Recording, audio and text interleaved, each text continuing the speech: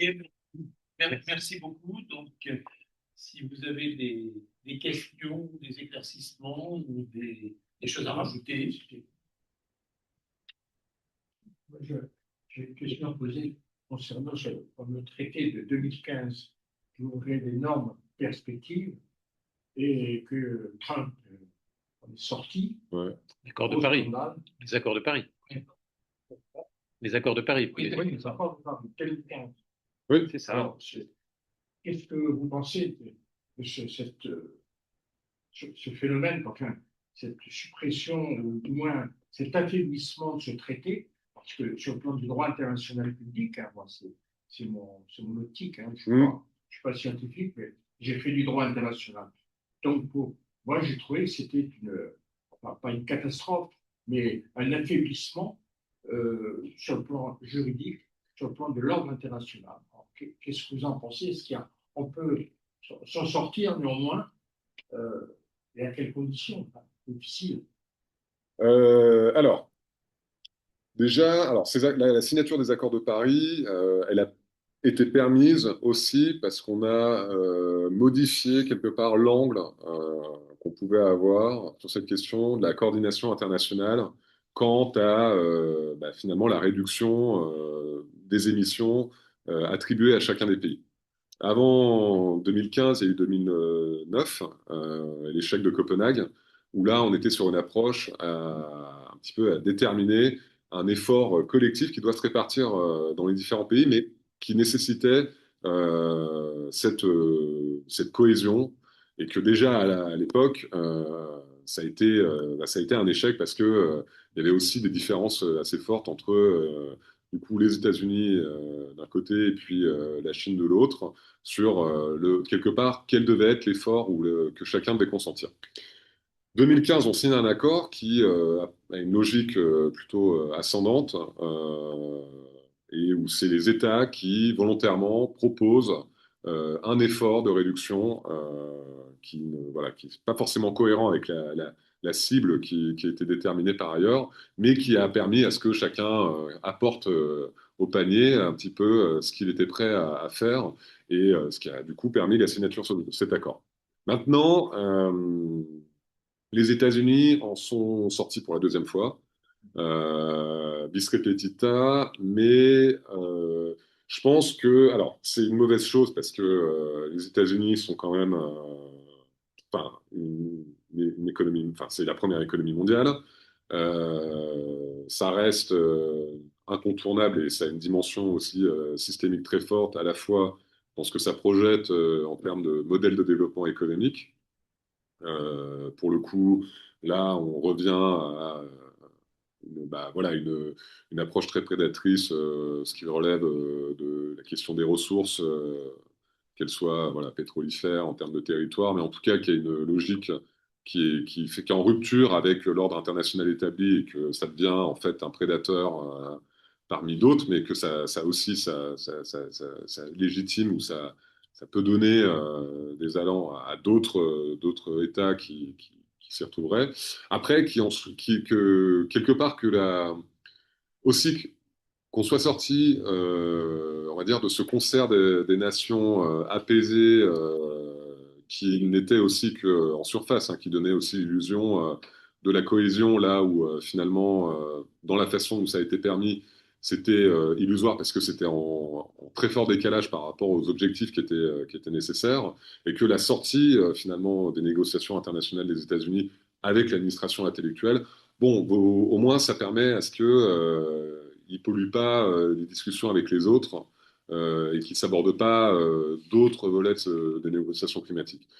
C'est une perte regrettable de toute manière, mais je préfère un monde dans lequel où, finalement l'illusion du multilatéralisme est morte face quelque part aux actions de ces acteurs, et que ça donne lieu à d'autres formes de coordination, même régionale, entre des pays qui partagent aussi les mêmes intérêts et la même inquiétude, en tout cas le même souci par rapport à cet objectif. Donc, quelque part, ça permet de sortir de ces illusions, même si dans un monde idéal, en fait, on on aurait déjà signé un accord en 2009, même bien avant. Les États-Unis auraient été un des leaders sur ces questions et voilà, et on parlerait peut-être autrement de ces problématiques aujourd'hui. Sauf que, en fait, votre discours serait plus audible, enfin, était plus audible il y a 5 ans. C'est-à-dire au moment La première. non, je veux dire que l'idée qu'on pouvait se passer des accords de Paris au profit d'accords qui étaient plus des accords régionaux Ouais. c'était vrai à l'époque du Green Deal. Aujourd'hui, le Green Deal est quasiment balayé. Donc Voilà, on pas a. complètement. Il n'est pas complètement Pas balayé. complètement. Il est sous des coups de boutoir. Mais je pense qu'il y a quand même, au sein de la commission et parmi une partie on va dire des dirigeants politiques, la compréhension aussi que enfin, l'Europe n'a pas de ressources énergétiques propres et sa planche de salut. L'évidence est là, mais qui tient aujourd'hui fortement ce discours au sein de l'Europe? Bah, c'est plutôt le milieu conservateur, si ce n'est plus. Oui, mais je veux Mais dire qu'ils vont à l'encontre de ça, oui, en oui, fait. oui, non, mais je suis d'accord. Donc qu'est-ce qu'il y a aujourd'hui en Europe comme force, je dirais, puissante, susceptible d'être efficace pour contrer ce bashing, là, en fait, hein. Bah, alors, le bashing, il est présent, hein. Il faut pas être naïf hein, vis-à-vis de ça. Après, enfin, par exemple, sur les questions où il y a des critiques, je crois, du ministère des Finances allemande sur, du coup, la pertinence du fonctionnement de l'ITS, et qui a été quand même défendu comme un outil, au-delà de contribuer à la décarbonation des activités industrielles qui sont soumises à ce mécanisme de marché hein, d'échange de quotas d'émissions, c'est que par ailleurs, c'est ce qui permet aussi de constituer des éléments de la compétitivité économique européenne par une réduction des coûts énergétiques. Hmm. Alors, il y a des mesures, et c'est là toute la difficulté hein, sur ces questions, et on l'a par exemple à l'œuvre aujourd'hui, quand on a un prix du carburant qui dépasse les 2 euros du prix à la pompe.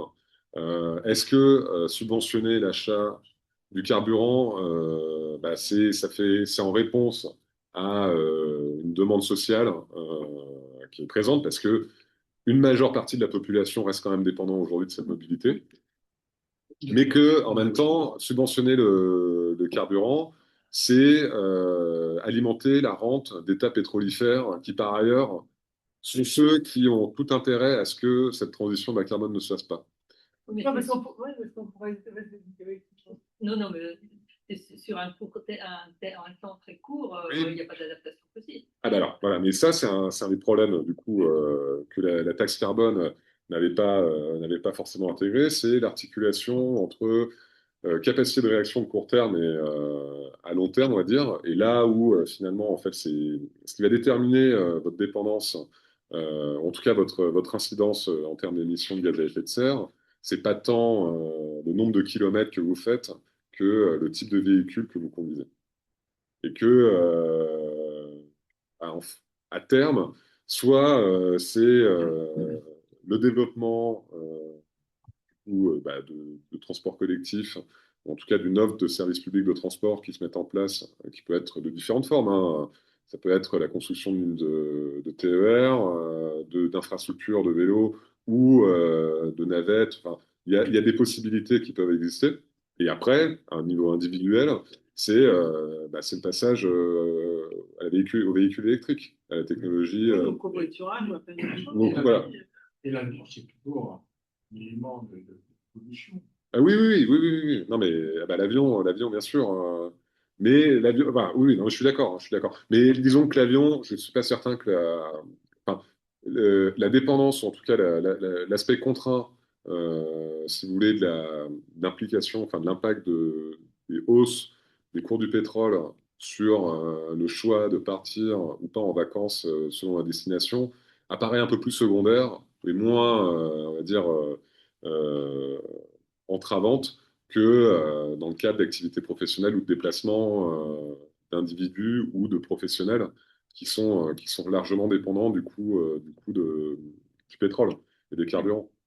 Et J'avais deux questions. Sur cette question, je me dis, enfin, quand on voit ce qui se passe, on se dit, mais ça pourrait être l'opportunité, parce que là, c'est pas une décision d'un gouvernement, c'est une crise qui s'impose à tous. On pourrait dire, ça pourrait être, Ah ben, pour faire changer les comportements, là, ça serait pas mal Bon, après, il faut prendre en compte les plus fragiles. Par contre, quand j'entends dire qu'on pourrait, par exemple, je ne sais plus, c'était Sophie Binet qui disait qu'il faudrait bloquer les prix, en gros, pour tout le monde, c'est-à-dire aussi les gens qui n'ont pas besoin, enfin, qui pourraient s'en passer ou qui pourraient payer. Enfin, ça, je trouve ça absurde.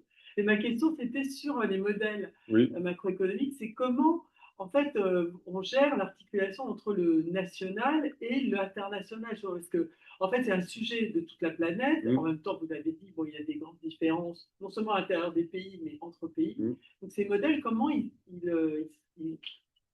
font par rapport à ça? Alors, il y a différents types de modèles. En fait, modèles, c'est une grande famille, voilà, qui ont des caractéristiques propres, alors qui peuvent être différés par, on va dire, les fondements théoriques dans lesquels ils s'inscrivent, et qui est plutôt de savoir quelle est la conception de la représentation du réel qui est proposée. Et après, ça peut aussi différer par rapport à la taille de l'ensemble que ça veut représenter. Donc, il y a des modèles, typiquement les modèles Integrated Assessment Model, qui sont utilisés dans les travaux du GIEC. Donc, il y a un consortium avec plusieurs équipes de modèles et qui confrontent en fait aussi les différents modèles dans des cadres d'hypothèses partagées pour un petit peu éliminer aussi bah, quelque part des trajectoires, ou en tout cas des résultats qui apparaîtraient pas concordants par rapport à ce qui serait raconté par la communauté. Donc il y a déjà un discours de la communauté, mais ces modèles, ils sont au niveau mondial. Ils s'expriment au niveau mondial.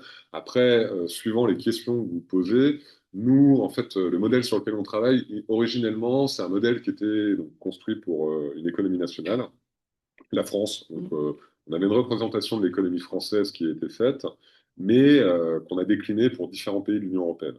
Donc, mais après, par exemple, même pour la France ou pour un pays donné, on est obligé d'intégrer des hypothèses sur ce qui se passe à l'extérieur. C'est ça aussi. Ah bah, on intègre des hypothèses sur ce qui se passe à l'extérieur, sur l'évolution des prix de l'énergie, de la demande. Après, on le fait. Alors, ça peut être fait de différentes manières. Il y a des modèles qui vont avoir une représentation du monde en différentes régions et qui vont être intégrés au sein d'un même ensemble, donc qui vont représenter quelque part cette évolution à la fois sur des grands ensembles et en termes de commerce international et d'échange.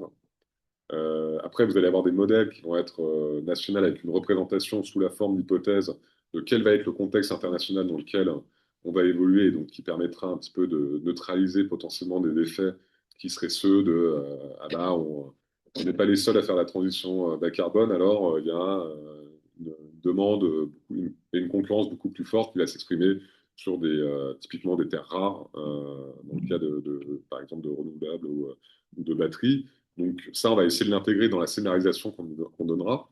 Et après, voilà, ça dépend. Et un petit peu, je pense ce qu'il faut y voir, c'est qu'un modèle seul, bon, tous les modèles sont faux, hein, ça, voilà.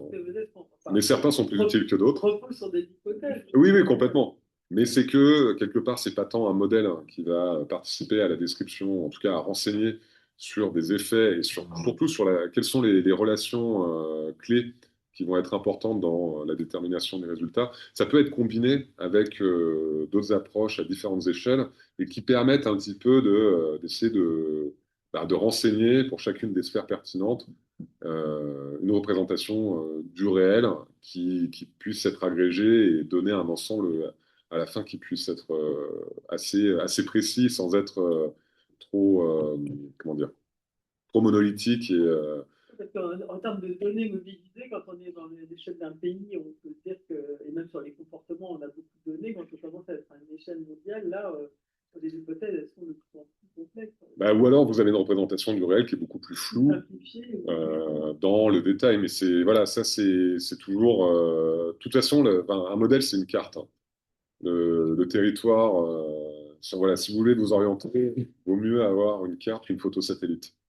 Mais parce que vous retenez, et ça dépend comment vous les orientez. Si vous voulez faire, je sais pas. Une randonnée. Exactement, voilà. Ce soit une randonnée ou en avion, bah voilà, ça va être une carte. Voilà. Et c'est un peu la même chose pour un modèle. C'est une représentation stylisée qui va ne retenir que les éléments a priori, enfin, qui sont pertinents à la question posée, mais que pour votre voyage, vous pouvez concilier les trois cartes et arriver à bon port. Oui. Alors, il y avait d'autres questions. J'ai du mal à comprendre. Je vous remercie d'être intéressant. j'ai du mal à comprendre, c'est si par rapport à ces accords, qui ont été déjà signés, enfin, c'est presque 50 ans maintenant qu'on a quand même cette perception de la politique comme une ressource. Est-ce que, oui, enfin, au moins 50 ans, est-ce que, ces accords qui ont été l'accord de Paris, puis les suivants, qui d'ailleurs ont été un petit peu, n'ont pas été très loin, beaucoup plus loin, sont suffisants, insuffisants? Est-ce qu'il faudrait aller beaucoup plus loin? Est-ce que au niveau des comportements individuels, et quels seront les leviers pour justement apporter cette modification? Quelle politique encore une fois, ça peut être porté au niveau international, parce que ça n'aura pas de sens de porter ça au niveau d'un seul pays. Est-ce que vous pensez qu'il faudra que l'on aille vers des modifications plus autoritaires? J'ai du mal à voir si on est dans le bon, les accords sont dans le bon sens, mais il faudra aller plus loin. Alors, moi, ce dont j'ai l'impression, c'est qu'on est dans un moment gramscien où l'ancien monde se meurt et le nouveau monde. J'ai vu une conférence sur le Gramsci. Et ben voilà. Et que, en l'occurrence, Trump est un des monstres qui émerge.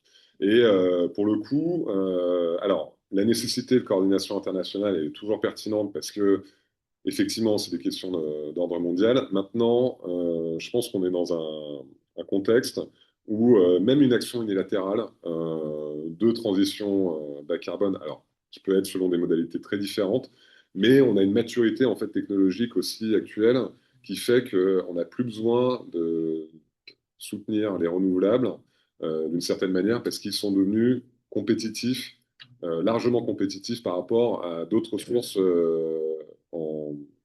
énergétiques et de technologies même de production d'électricité.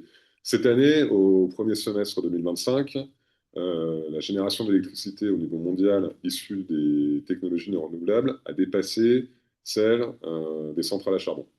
Grâce à la Chine? Alors, pas que. Mais oui, non, mais effectivement, il y a la Chine qui est, pour le coup, qui est sur, mais qui, là, c'est une question industrielle pour elle. Et puis c'est un régime autoritaire aussi. Alors, non, mais bien évidemment. Industriel et social aussi, la pollution est importante. Ben, c'est ce qui a participé à justement motiver, mais sur des pollutions locales, mais qui fait qu'aujourd'hui, on a des rythmes de déploiement en fait de ces énergies renouvelables à travers le monde qui sont sur une forte accélération et qui continuent. Donc, en gros, l'idée initiale où il fallait, enfin, qui était encore à l'œuvre beaucoup dans les politiques d'adoption, encore en Europe, sur les tarifs de rachat d'électricité pour les technologies solaires, aujourd'hui, ça me paraît beaucoup moins nécessaire. Le développement des batteries, par ailleurs, de stockage, ça va être une manière de répondre aussi à la question de l'intermittence de la production. Alors, ça nécessite d'autres ressources, hein, ça a des conséquences aussi environnementales d'une autre nature. En matière première aussi. Oui, oui. Bah, alors, oui. Non, mais il y a une répercussion. Après, je pense que on est encore aux prémices de la maîtrise de ces technologies, que des standards, typiquement sur les batteries solides, présentent en fait des caractéristiques en termes d'usage de matériaux ou de densité ou de capacité enfin, technologique à assurer la continuité d'un service énergétique, sont prometteuses. Et on voit les dynamiques de baisse des coûts de production qui sont bah, pour le coup vers une baisse continue des coûts. Et typiquement sur le solaire, toutes les prédictions qui avaient pu être faites de l'IAE sur l'évolution des coûts de ces technologies sont avérées fausses parce qu'elles sous-estimaient quelque part la vitesse avec laquelle elles ont baissé en termes de coûts de génération d'électricité. Et aujourd'hui, bah, en fait, si vous n'avez pas un système énergétique existant et quelque part le poids de l'héritage, la meilleure solution et la plus efficace d'un point de vue économique, c'est vous faites du solaire avec du stockage et que c'est ce ça a remporté la bataille de la compétitivité économique quelque part. Donc, bon, même si on n'a plus d'accord, même si on n'a plus que la question de la coordination internationale patine et que voilà, on n'est plus dans cette conception du respect du droit international et qu'il y a une chose commune qui nous appartient à tous. Les forces de marché, en fait, à mon sens, vont vers cette direction. Mais est-ce que, voilà, et après, la question, est-ce que ce sera suffisamment rapide ou pas? Ça, je ne sais pas, mais je pense qu'on a plus de raisons relatives d'être optimiste aujourd'hui, même qu'il y a 5 ans, sur les perspectives, on va dire, en termes de baisse des émissions. Michel? Oui, alors est-ce que dans vos modèles au niveau des individus, est-ce que vous avez un input intergénérationnel? Parce que si vous voulez, sur les comportements, c'est un peu l'histoire des grenouilles. Les grenouilles, quand elles dans la casserole d'eau chaude, elles sautent. Mais dans l'eau froide et en chaude, elles restent dedans. Et notamment Trump, alors c'est un connard d'un côté, et il est vieux, donc, et effectivement, il est de l'ancien monde. Il y a des jeunes connards aussi. Oui, oui, il y a des jeunes connards. Mais disons que le sujet, c'est qu'effectivement, pour quelqu'un qui a vécu 40 ou 50 ans dans un certain paradigme, c'est dur d'en changer. Après, il y a des personnes âgées qui peuvent prendre, qui ont des moyens et qui prennent des voitures électriques. Hein. Mais c'est ça. Donc, ça, pour moi, c'est le premier point. Et je ne sais pas si vous modélisez aussi l'impact macroéconomique de l'éco-anxiété. C'est-à-dire des jeunes qui n'ont plus d'enfants, qui ne veulent plus trop travailler, etc. Donc, ça, c'est le premier point. Et le deuxième point qui me semble être aussi très important au niveau de la France, parce que là, je pense qu'on peut faire quelque chose en France, c'est tout ce qui est aménagement du territoire. On a laissé des pans entiers des villes moyennes en totale déshérence. Et l'exemple, je ne sais pas si je ne l'avais pas pris l'autre jour, c'est Safran, qui est un des groupes qui est le plus en pointe actuellement en France parce que tout va très bien, qui ouvre 5 usines en France, c'est très bien, 2 à Lyon, 2 à Bordeaux, une à Rennes. Montargis avait déroulé le tapis rouge pour qui viennent chez eux. C'est pas loin de Paris, il y a des autoroutes, il y a tout ce que vous voulez. Ils n'ont pas voulu. Et là, je crois que de revenir un petit peu à la politique qui avait permis à la Bretagne de bien se développer, ça permettrait de valoriser un patrimoine immobilier important, à condition de rénover bien sûr, et aussi d'avoir moins de grandes villes, moins de déplacements, etc. Dernier point aussi sur l'aménagement du territoire, c'est la ville du quart d'heure. Et ça me semble être aussi parmi ce qui veut dire qu'il y a des choses qu'on peut faire sur la France et assez rapidement. Si je peux répondre. Oui. J'ai travaillé sur ces questions-là il y a 60 ans. Ah, bravo. 50 ans. 50 ans. On voit le résultat sur l'aménagement du territoire, sur l'extension des villes, etc. Moi, ça m'émeut un peu cette discussion et ce travail parce que je trouve très intéressant et je trouve qu'il faut le continuer, il faut l'approfondir. En 72, j'ai publié avec d'autres collègues à l'INRA un article sur l'évaluation économique par les économistes de la valeur de la nature. Parce qu'on était en pleine protection de la nature, on essayait. Et on avait critiqué les méthodes utilisant les approches par le marché. On avait dit non, ça ne peut pas fonctionner.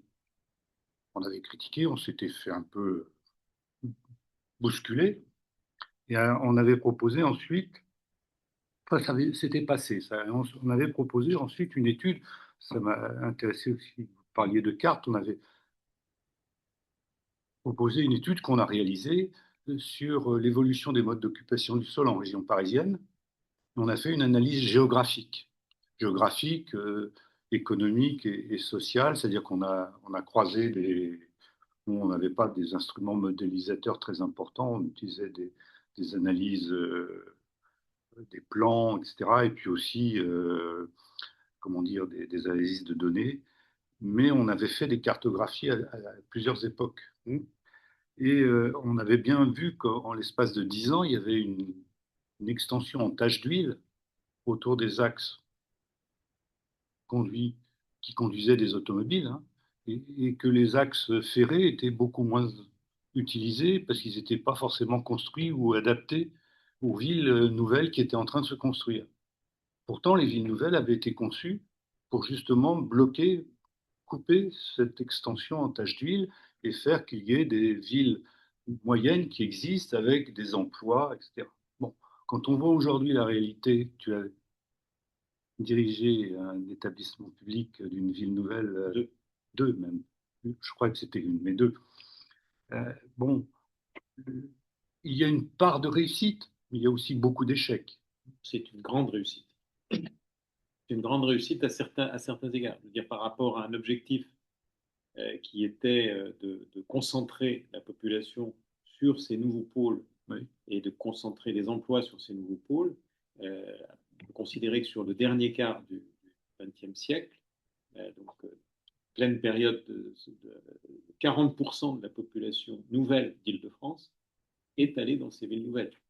Les villes nouvelles étaient assurer la cohérence. Avec les emplois suffisants. Assurer la cohérence. Alors, c'est le dernier point. Et oui, c'est le point noir. C'est le point noir, c'est ce que je... Non, je veux dire, on a eu un dispositif qui a coordonné, et ça c'était quand même quelque chose qu'on n'avait jamais, enfin qu'on n'avait pas fait auparavant, on a coordonné les équipements et les logements.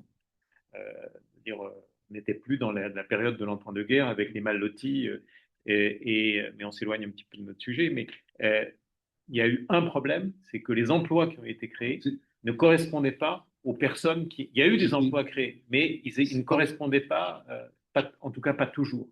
Donc ça, là, de ce côté-là, il y a un échec. Ce que je disais. Mais globalement, c'est une politique publique qui a bien fonctionné. Qui a pas mal fonctionné. Et l'aménagement du territoire antérieurement était une politique qui avait bien fonctionné, qui avait bien commencé à bien fonctionner, oui, jusque dans les années 75-80. Les choses ont basculé à partir des années 80. On a considéré effectivement que le marché...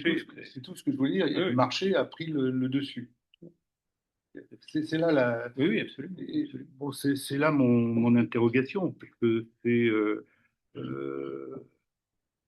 on aurait voulu que la voiture, c'était un peu l'idée, que la voiture soit moins nécessaire, c'est-à-dire que les gens puissent aller de leur logement à leur travail sans prendre de transport important. Ce qui a été le cas aussi quand même avec les villes nouvelles. Non, mais je pense qu'il y a eu un recouvrement entre les villes nouvelles et l'axe et la RER. Tout à fait.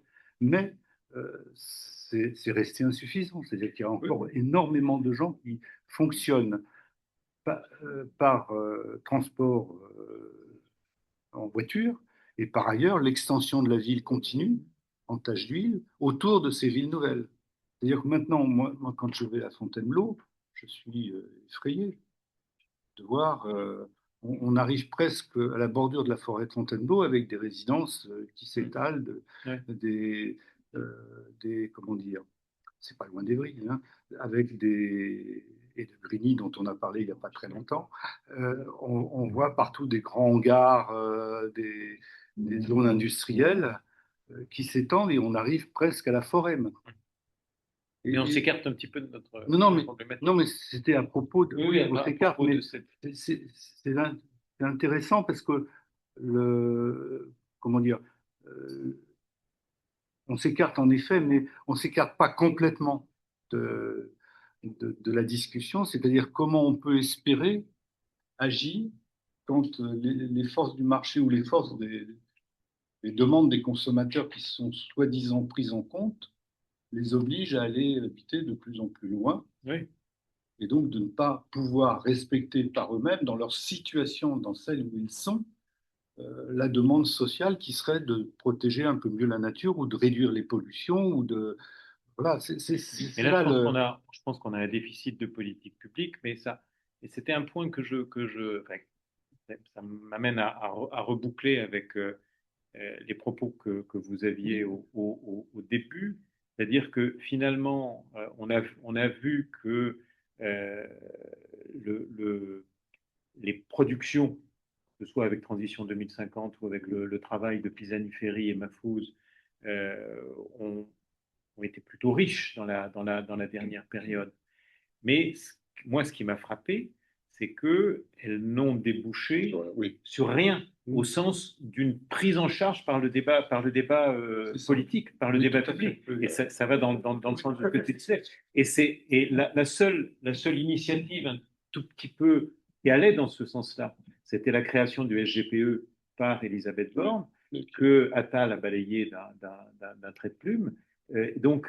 Et c'est quand même assez frappant parce que Pisani-Ferry, c'est un économiste très proche du prince actuel, donc qui avait donné un certain, mais qui est indépendant, je veux dire, c'est pas, Oui, oui, oui. et qui avait donné un certain nombre d'orientations qui n'ont absolument pas été prises en charge par le pouvoir. Et ça, là, il y a quelque chose d'assez désespérant de ce côté-là, en fait. L'incapacité. Politique qui fait que. Ouais, oui, oui, oui, non, mais bien évidemment. Et puis, Alors, après, oui, oui, j'allais y venir. Hein, j'attends juste. Sur les questions intergénérationnelles, alors nous, dans notre modèle, on n'a pas une représentation sous cet angle, mais il y a des modèles justement qui intègrent, qui s'inscrivent là-dedans.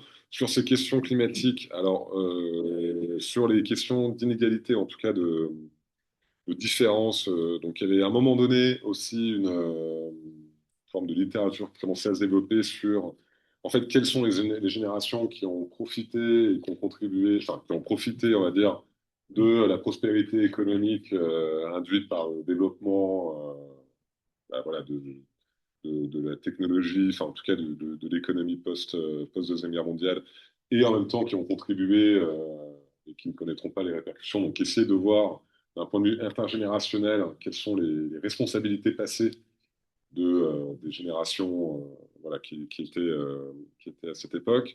C'est un peu un angle dangereux. Nous, on l'intègre pas parce on n'a pas cet angle foncièrement. On va plutôt regarder, mais c'est pas inintéressant. Sur le passé que sur les comportements actuels et futurs. Bah après, sur la caractérisation de ce que vous décriviez sur les dynamiques démographiques, il y a des problématiques d'anxiété climatique. Je pense qu'il faut déjà regarder la taille des logements avant de parler enfin, sur ce sujet, qu'il y a une contrainte qui est celle du logement aujourd'hui, qui est très forte, euh, qui s'exprime sur notamment les plus jeunes, puisque avec l'explosion des prix de ces actifs, bah, en fait, en termes de superficie abordable selon son revenu actuel, même en normalisant, bah, en fait, on voit qu'on a perdu la moitié et ce qui pouvait être éventuellement cette chambre supplémentaire pour accueillir un nouvel arrivant. Donc, il y a effectivement des questions d'anxiété, de projection et d'absence d'un futur désirable. Après, il ne faut pas oublier qu'il y a aussi des conditions matérielles aujourd'hui qui sont celles-là et qui peuvent aussi être un élément d'explication, enfin, en tout cas, à mon sens, après, voilà, sur les comportements futurs de ces générations, je ne sais pas si, parce que oui, on est toujours le enfant de sa génération, de son époque, et puis du monde dans lequel on a pu évoluer avec ce référentiel dans lequel on s'est construit. Euh, Après, sur ces points, je prendrais plutôt sur les travaux de sociologie, en tout cas, ou même ouais, de compréhension ou de psychologie, de savoir déjà qu'est-ce qu'on a, enfin, est-ce qu'il y a vraiment une modification forte des comportements induits par cette perspective, et est-ce que c'est véritablement ça qui est à l'œuvre? Et après, est-ce que c'est propre, est-ce que c'est un effet générationnel, ou est-ce que c'est un effet qui peut être plutôt lié à d'autres dimensions, qui peuvent être celles du milieu économique et social, de l'éducation? Oui, oui, parce que un point aussi, hein, on a trop souvent tendance à opposer les inégalités intergénérationnelles, en disant, ben voilà, c'est les vieux qui, en plus de nous avoir légué cette planète en surchauffe, ont bien profité des conditions économiques favorables. Mais alors, en vrai, les inégalités intergénérationnelles sont celles qui vont être plus importantes. C'est qu'il y a plus de différence entre finalement quelqu'un qui est issu d'une classe populaire aujourd'hui que d'une bourgeoisie, enfin de la bourgeoisie, on va dire, et que va y avoir en termes de différence de conditions de vie qui vont être beaucoup plus fortes à ce niveau-là que véritablement sur l'autre gradient par génération. Aussi là où habitent les gens, dans les grandes villes. Oui, oui, non mais voilà, tout ça y participe. C'est corrélé avec le Mais en Et- même temps, c'est les riches qui consomment le plus. Alors oui, alors en termes de valeur monétaire. Après sur L'empreinte carbone, c'est vrai aussi. bah non, enfin, alors, pour avoir travaillé sur ces questions, c'est en fait, il y a des riches. Alors, en moyenne, on a un effet qui est positif, mais c'est pas, en fait, si vous regardez, parce que le problème, c'est qu'on était centré sur des données de dépenses d'enquête budget des familles, Mhm. et que les dépenses ne renseigne pas du prix des biens qui sont consommés. Donc cette relation entre le montant de dépenses et les émissions associées à l'acte de consommation ne sont pas unitaires suivant les individus. Il y a une montée en gamme. Donc que vous achetiez, enfin, si vous dépensez entre 100 et 1000 euros par an en bouteille de vin, ça ne veut pas dire que vous buvez 10 fois plus nécessairement. C'est peut-être que vous buvez des bouteilles 10 fois plus chères. Excusez-moi, comment s'appelait l'économiste qui était venu, qui avait travaillé dessus? Il y avait une jeune femme économiste qui nous avait dit qu'effectivement, quand même, il y avait une corrélation entre Oui, il y a une corrélation, mais qui... les résidences secondaires, les voyages en avion, les ceci, les cela. Moi, j'avais en tête que les 50% les plus pauvres Oui. étaient aux alentours enfin, étaient à moins de 5 tonnes de carbone. Je vais montrer un graphe que j'ai fait. Et c'est avec des données d'enquête. Après, il y a une... Alors que la moyenne est à 9, c'est ça, la moyenne des Français. En empreinte? Non, Ouais, un peu plus. On est peut-être baissé. Mais en fait, c'est émission ou empreinte? Émission. Ah, non, Empreinte et émission, c'est la même chose. Non, c'est pas même ça. Parce que dans les empreintes, tu prends les importations. Et comme on importe beaucoup de choses faites à l'étranger. Oui, alors c'est empreinte. Alors c'est plutôt en émission, on est plutôt à 6 ou 5. Ah non, non. Non, on est plus que ça. On est plus que ça. Mais on est plutôt à 10. Plutôt autour de 10. En fait, ça change. Mais non, en fait, sur ces questions, parce que, voilà, sur ces questions, il y a un problème. En fait, il y a une question de la donnée aussi, de la construction de la donnée. C'est qu'on va inférer des émissions à partir de dépenses qui ne renseignent pas sur le prix des biens véritablement consommés. Et on sait que bah voilà, quand on va augmenter dans le revenu, c'est pas pour autant que vous allez manger 2 fois plus. C'est peut-être que vous allez changer de régime alimentaire, ce qui peut avoir des répercussions. Vous allez peut-être vous déplacer en avion ou autre. Acheter bio et Voilà, mais c'est plus cher que. et il y avait, voilà, ça c'était un graphique que j'avais produit sur une étude. C'est sur les empreintes carbone en tonnes de CO2 équivalent par habitant et par ménage à droite, qui était sur un travail où j'ai mis en cohérence des données d'enquête. Hmm. Non, non, mais voilà, des données d'enquête de consommation avec des données d'indicateurs pour reconstituer des empreintes carbone. Et donc, on a cet effet croissant, effectivement. Par contre, en fait, il y a beaucoup de points qui sont en dehors de la boîte à moustaches, là, qui représente 50% des individus. Ce qui montre qu'il y a une dispersion, en fait, très grande, qui est verticale plutôt que horizontale. Et que, quelque part, et c'est ça la difficulté dans la politique publique à conduire, c'est que il y a une dimension, nécessairement, vous consommez plus, vous avez accès à un ensemble plus large de biens, vous allez partir en vacances plus loin ou en avion, mais que, en fait, il y a aussi une variabilité qui ne dépend pas du niveau de revenu. Et ça, moi, c'était un sujet sur lequel il y avait, voilà, j'ai toujours été très prudent par rapport aux conclusions que ce type de graphique pouvait renseigner, parce qu'il y a, il y a des biais statistiques qui s'expriment de plein de manières différentes. Il y a les travaux d'Antonin Potier qui montrent ça très bien sur justement qu'il ne faut pas enfin, qu'il y a un problème de surallocation. Et là, il y a un travail plus récent qui a été, je crois, il y a une recension qui a été faite dans un numéro de Futurible sur l'empreinte carbone des ménages, mais mesurée par des données non pas monétaires, mais sur du déclaratif, alors sur un échantillon réduit de sondage. Données physiques, alors, de consommation. Mais là, on a quand même l'impression qu'entre le premier décile et le 10e, on a un rapport de 1 à 3 à peu près. En moyenne. Moyenne. Oui. Mais et encore, c'est des données d'enquête budget des familles. Moi, ce que je dis, c'est que, je vais voir si je peux pas le retrouver, mais c'est que en utilisant justement non pas des enquêtes, en prenant les données monétaires, mais en ayant, bah, du coup, quelle est la consommation, qu'est-ce que vous avez mangé cette semaine, où est-ce que vous êtes allé en voiture, donc de reconstituer quelque part, non pas sur les dépenses, mais sur les actions et sur les postes, avec une équivalence en termes d'émissions qu'en fait, la relation, par rapport au revenu, elle est légèrement croissante, mais pas autant qu'ici, quoi. Moi, j'avais en tête les travaux de Chancel. Oui, mais Chancel, enfin, oui, mais c'est peut-être celui qu'il fallait pas citer. Non, mais c'est que Chancel, il y a plusieurs biais pour le coup. Enfin, après, il y a une conception déjà du concept d'empreinte carbone. Qu'est-ce qu'on inclut dedans? Normalement, c'est vous imputez à l'acte de consommation finale l'ensemble des émissions qui ont été occasionnées Qui ont permis. voilà, et Chancel, il combinait la consommation et en même temps les dépenses d'investissement dont la comptabilité nationale était allouée en fonction de l'épargne et que donc c'était pas que la consommation en fait. Oui, oui, c'est-à-dire il y avait aussi les actions détenues sur Voilà. les entreprises. Oui, mais du coup, avec les entreprises en question qui investissaient, après, c'est que ça mélange en fait deux concepts qui sont identifiés en termes de choix d'allocation des émissions. Il y en a plusieurs, hein, mais que là, c'est un peu un mélange entre une partie de revenu et une partie de consommation. Parce que sinon, vous dites le salarié qui travaille chez Total, bah, lui aussi, il devrait avoir une sacrée empreinte carbone.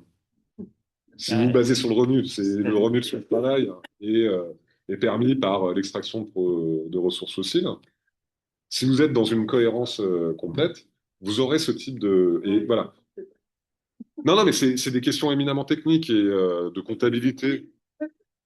Derrière la complexité technique, c'est que pour finir, les comportements ils sont très divers et très, Alors, voilà, et c'est là, facteurs, et c'est aussi pour ça. C'est là où il faut de la richesse. Pour agir dessus. Ouais. Après, en fait, donc, je vous invite à l'article que j'ai écrit dans l'avant-dernier numéro de l'économie politique, qui traite de ces questions sur la question de la mesure des émissions. Une bonne revue, il m'est arrivé d'y écrire aussi. Bah voilà. Vous l'avez vu? Bon bah voilà. Et du coup, je parle de ça un petit peu des biais méthodologiques et qu'il faut pas non plus avoir une lecture trop hâtive et qui serait celle en fait. Et moi, ma phrase, hein, j'ai dit, on n'a pas besoin de la crise climatique pour faire des classes. Hein. Donc si on veut promouvoir une redistribution des richesses des plus riches vers les plus pauvres, l'argument de l'incidence climatique m'apparaît être contre-productif d'un point de vue stratégie politique. Qui a un article qui disait que justement, il faut arrêter ce conflit intergénérationnel autour de la question, parce que pour finir, pour arriver à quelque chose, il vaut mieux arrêter de se taper dessus, disant vous avez fait ci, vous avez ça, mais plutôt aller ensemble. Mais par contre, ce que ça peut vouloir dire, c'est que dans les modalités de financement de ces actions de transition bas carbone, si on considère que collectivement et pas non pas individuellement, donc de déterminer un petit peu quelle est la valeur ou l'incidence des actions, c'est que par contre, il y a un besoin de ressources supplémentaires et que là, il y a une nécessité de solidarité intergénérationnelle qui s'exprime dans ce sens et que, a fortiori, l'accumulation du patrimoine dans les années passées s'est fait avec un coût implicite qui a été celui du réchauffement climatique qui n'a jamais été véritablement payé. C'est pas une question de pollueur-payeur, mais c'est que il y a une capacité contributive d'un point de vue générationnel qui peut se déterminer aussi sur la question de la possession des actifs. Et que les rénovations, par exemple sur l'élan de rénovation à conduire, eh ben, là, on peut se dire que dans les successions, ou dans le cadre de succession, il y ait ici soit une mise à contribution, soit une obligation de rénovation des logements dans ces cadres-là. Donc, il faut trouver des modalités qui permettent après de pouvoir... Pas forcément les plus aisés qui pourront les faire. Alors, non, mais ils pourront les faire facilement, eux. Non, mais après, il y a, après, il y a toutes les plus pauvres, je veux dire. Oui. Non, mais après, il y a une question du statut d'occupation. Mais voilà. Mais je vous invite sur ces questions de la mesure des émissions individuelles. C'est un véritable sujet technique et qui, à mon sens, a trop écrasé aussi la question de la dépendance structurelle aux infrastructures et à des choix forts dans la vie des gens qui vont typiquement le choix de résidence, le lieu de travail, le modalité de déplacement, qui sont pas que individuels. Hein. D'ailleurs, c'est aussi voilà, exactement. C'est une question de l'aménagement du territoire, à mon sens, elle est beaucoup plus prédéterminante que celle du revenu dans finalement ce qui va être l'empreinte carbone. Et là, on est sur des politiques de long terme. Et c'est du long terme. Ouais, et ce que ça pose comme problème, c'est que derrière les capacités d'action individuelles, en fait, quand on est, quand on habite une maison qui est chauffée au mazout, qui est mal isolée, et que on a comme voiture, et qu'il faut prendre sa voiture tous les jours, qui est une Renault 12, diesel, voilà, la frigo diesel. Je crois que il y avait eu un calcul de que l'on pouvait changer, justement, je crois que c'était uniquement sur le plan climatique, par son comportement, C'est très peu. c'était, alors c'est peut-être même surestimé, c'était 20%. Oui, non, mais c'était comme éteindre la lumière en sortant. C'était 20%. Donc, campagne communication, on n'entend pas beaucoup de discours qui incitent à ça. enfin, il y a des discours qui incitent à des comportements individuels, mais justement, ce qui manque, c'est ce qu'on disait tout à l'heure, c'est un vrai débat sur le modèle vers Oui. lequel il faut s'orienter. Et c'est en cela que, précisément, l'absence de prise en compte des travaux qui ont pu être menés, on en a cité quelques-uns, est un vrai. Ah bah, c'est de la courte vision et ça. Ils ne sont pas portés dans le débat public, c'est Voilà. surtout ça, Ouais. parce qu'ils existent, mais ils ne sont Ils pas existent, voilà. portés dans le débat Ça veut public. dire que c'est peut-être pas très vendable. Les politiques, c'est pas quelque chose. Ah bah non, il y a des. Ouais, vous suscitez des perdants, nécessairement. Et Ben voilà. Oui, oui, à partir du moment. Mais c'est bon, gouverner, c'est chouette, enfin, c'est un loisir, quoi.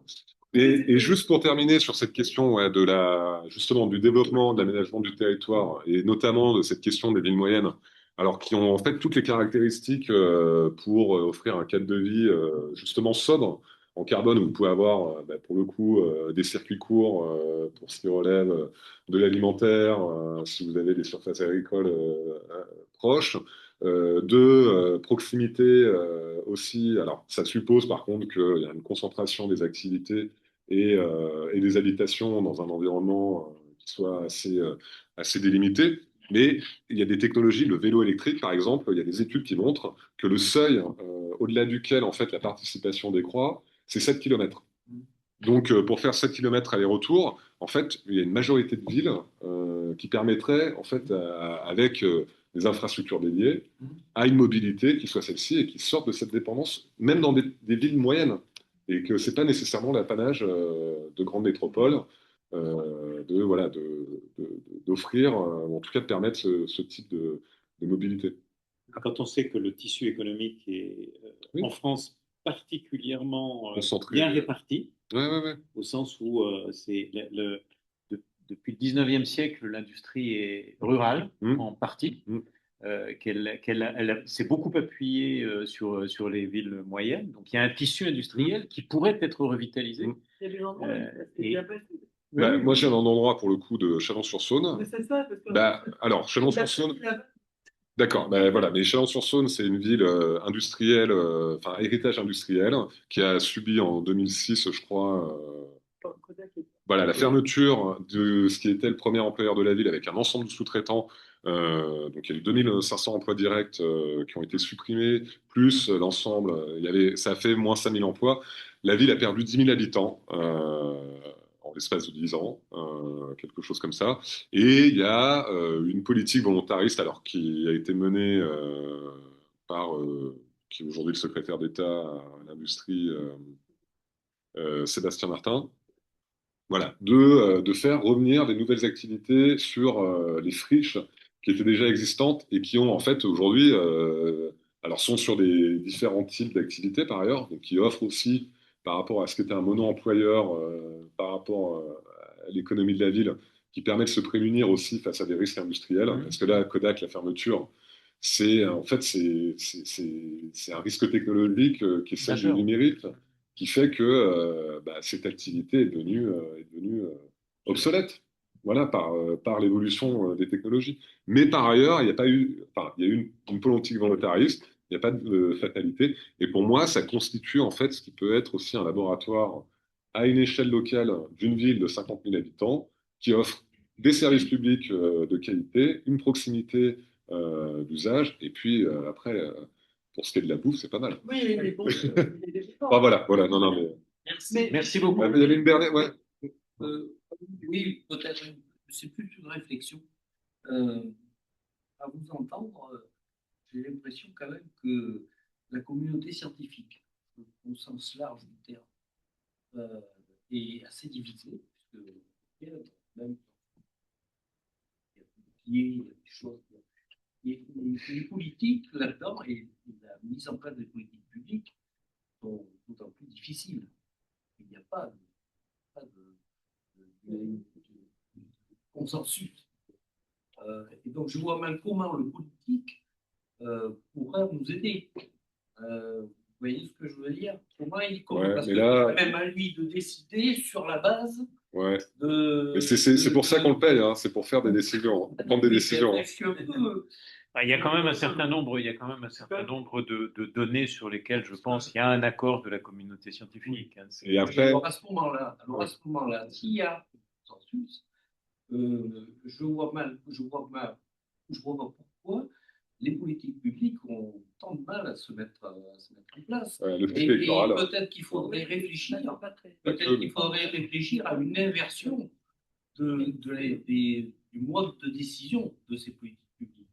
Je veux dire par là que, à l'image des conventions citoyennes, il faudrait peut-être inverser les choses, c'est-à-dire faire peut-être un modèle de démocratie peut-être un peu plus respectueux, comment dire, de la communauté scientifique et des conclusions. Je pense que c'est comme ça qu'on n'arrivera à s'en sortir, parce que sinon, je pense que le politique a le pouvoir et il se fout complètement, on le voit bien, Pisani-Ferry, conseiller de Macron s'en fout plus complètement. Il n'a pas du tout, et ça, on a plein d'exemples comme ça, Piketty, d'autres, et les derniers prix Nobel d'économie, par exemple. Donc, on revient un jour ou l'autre réfléchir à le politique, il exprime aussi un certain nombre de grands intérêts économiques, et tous les grands intérêts économiques n'ont pas forcément intérêt à un changement du modèle. Il y a un certain nombre d'entreprises, et notamment de grandes entreprises, qui se satisfont très bien du modèle actuel et qui n'ont aucune envie que ça change. C'est pas la politique, ça. C'est pas le. C'est pour ça que je parle. C'est le politique. C'est le politique. C'est pas lui qui a été. C'est pas lui, mais c'est lui qui a le pouvoir. Qui font l'aménagement en fait du territoire. Ouais, c'est justement là où il peut y avoir plus de proximité, moins de bataille de. Oui. C'est pour ça que les présidents d'affaires achètent tous des journaux, des chaînes de télé, En tout cas, c'est passionnant. Très bien, merci beaucoup. Et on n'a pas fini d'en parler, je pense. Je sais pas. Non, mais je veux dire, c'est un sujet sur lequel on aura sans doute l'occasion de revenir. Ce soir, on va vous laisser chez vous. Merci beaucoup. Merci. Si vous voulez, si vous les avez pas eus, ça vous donnera un peu l'idée de. Ouais, je connais plusieurs noms. Là. Ça, c'est une amie. Je peux